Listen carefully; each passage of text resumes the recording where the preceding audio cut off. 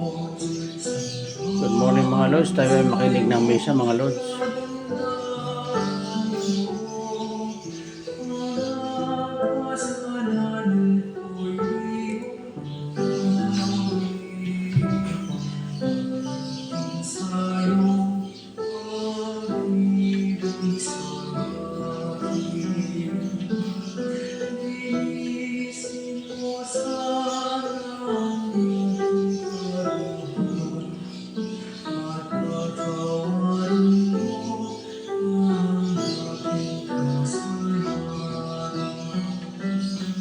Sa ngalan ng Ama, ng Anak at ng Espiritu Santo, Amen. sumainyo ang Panginoon. At sumainyo rin.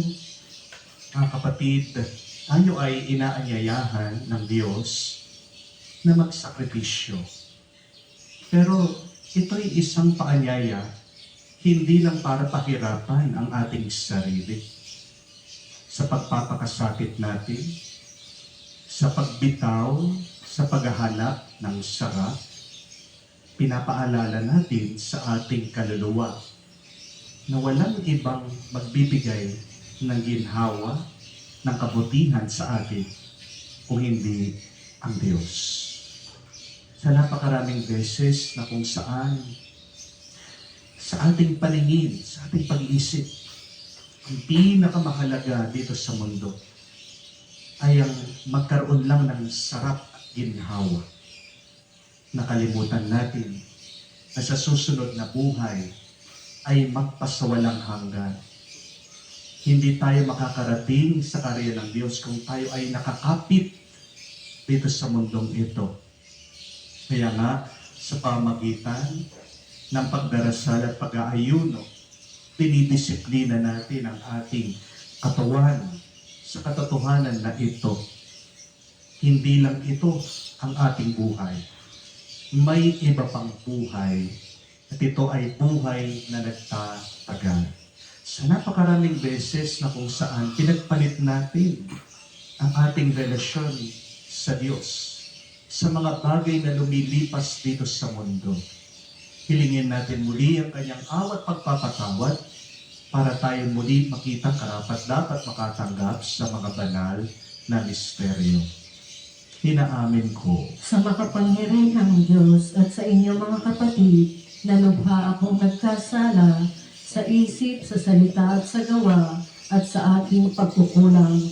Kaya sinasamo ko sa mahal na Birhen Maria, sa lahat ng mga anghel at mga banal, at sa inyo mga kapatid na ako'y ipanalangin sa Panginoong ating Diyos. kaawaan tayo na makapangyarihang Diyos, patawarin tayo sa ating mga kasalanan, patnubayan tayo sa buhay na walang hanggan. Amen. Panginoon, kaawaan mo kami. Panginoon, kaawaan mo kami. Kristo, kaawaan mo kami. Kristo, kaawaan mo kami. Panginoon, kaawaan mo kami. Panginoon, kaawaan mo kami. Nanalangin tayo. Ama naming makapangyarihan, ang sinimulan naming kusang pagpapakasakit ay subaybayan mo ng iyong pagmamalasakit upang ang pinagtitiisan ng aming katawan ay maisaloob namin at maganap na may katapatan. Sa pamagitan ni Jesucristo kasama ng Espiritu Santo, magpa sa walang hanggan. Amen.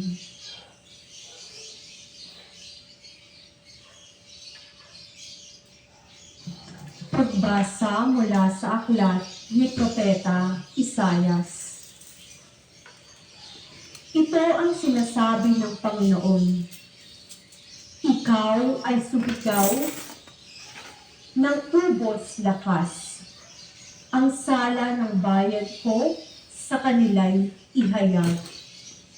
Sinasamba ako kung may hinahanap, sinusundan-sundan.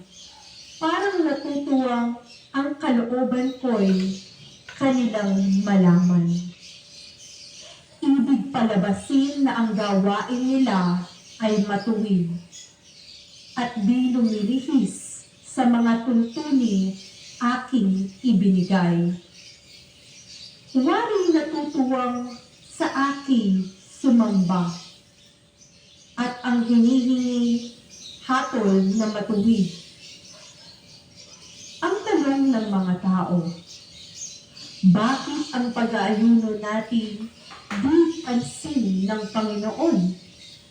Nagugutom lang tayo, ngunit walang kabuluhan. Ang sagot ng Panginoon, pansariling kapakanan pa rin ang pangunahing layunin sa pag-aayuno. Habang ang nag-aayuno'y patuloy na inaati ang mahihirap. Ang pag-aayuno ninyo'y humahantong lamang sa alitan hanggang kayo-kayo'y nag-aaway-away. Kung ang pag-aayunong ginagawa ninyo ay gayon din lamang, ang inyong pagtawag ay tiyak na hindi ko kikinggan. Sa inyong pag-aayuno, pinahihirapan ninyo ang inyong sarili. Lumuyuko kayo parang damong hinihipan ng hangin. Nagdaramit kayo ng sako at nahihiga sa abo. Pag-aayuno na ba iyan? Akala ba ninyo'y masisiyahan ako riyan? Ito ang gusto kong gawin ninyo. Tigilan na ninyo ang pag-aalipin. Sa halip ay pairalin ang katarungan. Ang mga api palayain ninyo at tulungan. Ang mga nagugutom ay inyong pakanin.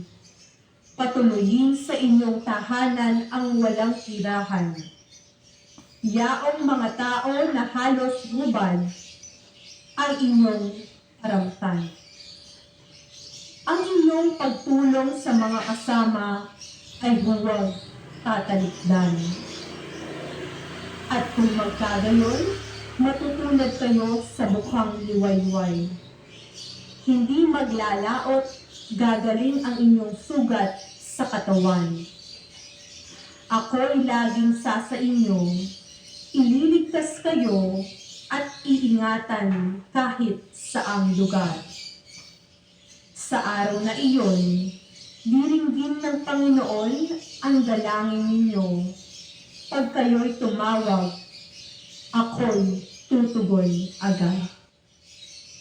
Ang salita ng Diyos. Salamat sa Diyos. Diyos ko, iyong tinatanggap, pakumbabat, pusong tapat. Diyos ko, iyong tinatanggap, pakumbabat puso't tapat. Ako'y kaawaan, o mahal kong Diyos. Sang-ayon sa iyong kagandahang loob, mga kasalanan ko'y iyong pawiin. Ayon din sa iyong pag-ibig sa akin. Hugasan mo sana ang aking karunhan. Dalisayin mo ang aking kasalanan. Diyos ko, iyong tinatanggap, pakumbabat pusong tapat. Ang pagsalansang ko ay kinikilala. Laging nasa isip ko at alaala. Sa iyo lang ako nagkasalang tunay, at ang nagawa ko'y di mo nagustuhan. Diyos ko, iyong tinatanggap, pakumbabat pusong tapat. Hindi mo na nais ang mga paghandog. Sa haing sinunog, di ka nalulugod.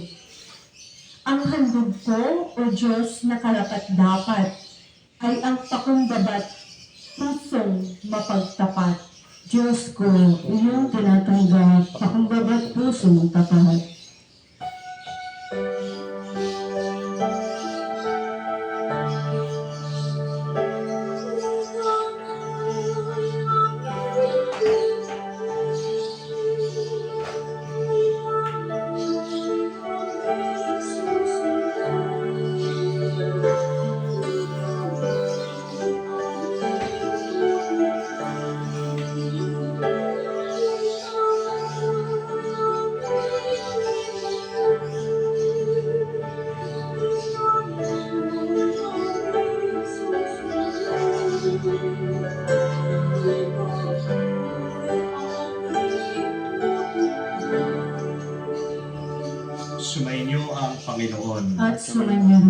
mabuting balita ng Panginoon ayon kay San Mateo. Papuri sa iyo, Panginoon. Noong panahon yun, lumapit kay Jesus ang mga alagad ni Juan Bautista at ang wika, malimit kaming mag-ayuno, gayon din sa mga Pariseyo.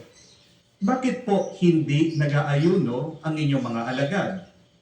Sumagot siya, maaari bang magdalamhati ang mga panauhin sa kasalan habang kasama nila ang lalaking kinakasal? Kapag wala na siya, saka pa lamang sila mag-aayuno.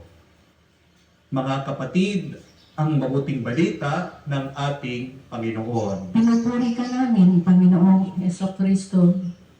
Magandang araw po muli sa inyong lahat. Magandang araw po, Father. There are 3 activities in Lent that can help us to grow spiritually. One is prayer, the second is fasting, and the third is alms giving. But next to prayer, one of the most powerful way to receive grace is through fasting. Tandaan niyo po yan.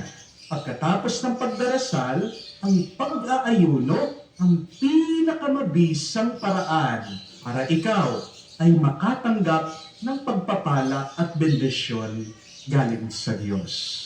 Kung maalala niyo po, may isang kwento sa Ebanghelyo sa Mabuting Balita kung saan ang mga alagad ni Jesus hindi nila napalabas yung masamang espiritong sumalib doon sa maliit na bata. Natatandaan niyo po yun? Nahirapan sila sa pag-exercise no sa masamang espiritu doon sa maliit na bata. Pero, nung tinanong nila si Jesus, bakit hindi nila napalabas yung masamang espiritu? Bakit hindi nila natalo yung demonyo na sumapit doon sa bata? Ano ang sagot ni Jesus? Sabi niya, mapapalabas niyo lamang ito sa pamamagitan ng panalangin at ng pag-aayuno. This time, you can only do it through prayer and fasting. Ibig sabihin, habang makapangyarihan ang panalangin, mas malakas ang dasal kung may kaakibat itong pag-aayuno. Kaya nga po, sa kwento na kung saan tinukso ng demonyo ang ating Panginoong Jesucristo sa disyerto, kahit nagutom si Jesus, natalo daw niya ang demonyo. Nilubayan siya, nilayuan siya nitong masamang espiritu.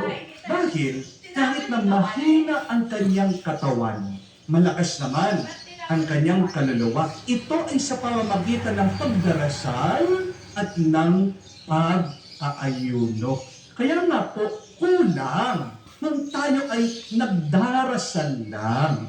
Kung gusto mong maging mas kompleto ang iyong ginagawa, kung gusto mo talaga makatanggap ka na mas umaapak ka na pagpapala, samahan mo ito ng pag-aayuno.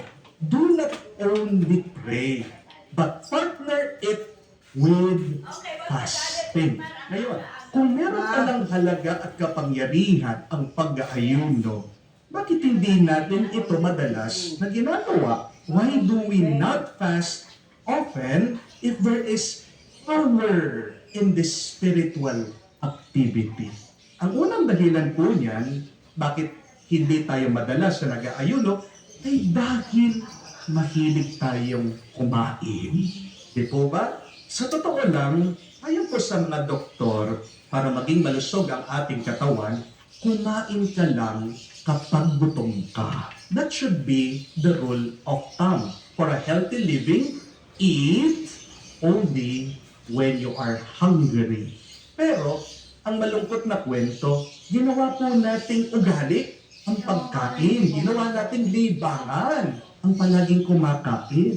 May schedule nga tayo sa pagkain, hindi po ba? Kahit na busog ka, dahil nakasanayan mo, gusto mo hindi, kakain at kakain ka. Dahil kapag 7 o'clock na ng umaga, almusal na. Kapag alas 12 na, tanghalian na. Kapag alas 6 na ng gabi, maghahapunan na. Wala pa dyan ang mga merienda. Di po ba? Ang hirap mag-ayuno. Lalong-lalo na kapag ang mga kasama mo masisiba. Ang hirap pong mag-fasting kung yung mga kasama mo ay napiitin. Hindi po ba? Lalong-lalo na po dito sa Pampanga. Ang tawag po nila dito sa aming lalawigan, Pampanga, the culinary capital of the Philippines. Dati po, ang tawag nila sa Pampanga ay the Christmas capital of the Philippines. Pero mukhang kinuha na po ng Baguio. Pero bakit po culinary capital of the Philippines? Ang dami po kasing pagkain at pinagkakainan dito po sa probinsya. At ano po ang epekto nito? Ang dami po mga kapangpangan. Ang tataba. Ako po, mukha lang akong mataba. No? Sa camera lang na kasalanan ng camera namin. Pero sa totoo, di naman po malaki yung tiyan ko. No? Kaya nga, yung mga iba, papupunta sila dito, nabibigla sila, ay, Father, ang payat mo lang pala. No? Opo, mukha lang ako mataba, pero hindi po ako mataba. May kaibigan po ako na doktor. Kwento niya. Pag pumunta daw po kayo sa PGH, sa Heart Center, sa Cardinal Santos, yung mga malalaking hospital sa Maynila. Karamihan daw po sa mga pasyente dyan, mga kapampangan. Bakit? Kaya kasi, yung po mga kapampangan, ang hilig kumakain at ang hilig kumakain ng processed food. Tandaan niyo po, dito sa Pampanga, nandito lahat ng gumagawa ng hotdog, ng tosino, ng delata. Wala pa po dyan yung mga ibang masasarap na pagkain. Sikat po dito. Number 1, sisig. Pangalawa, sansribal, chicharon. O diba? Yan yung mga sanhi. Bakit tumataas ang iyong cholesterol, may fatty liver ka, kaya yung mga iba, diabetic. Dahil po sa pagkain, alam niyo po, ang malungkot pang kwento. Ang dami po ngayon, pagka bata-bata, may gout na. Ang dami po ngayon, pagka bata-bata, nagdadialysis na. At dumadami po yung mga ginagawa nilang hospital ngayon, Cancer Treatment Center.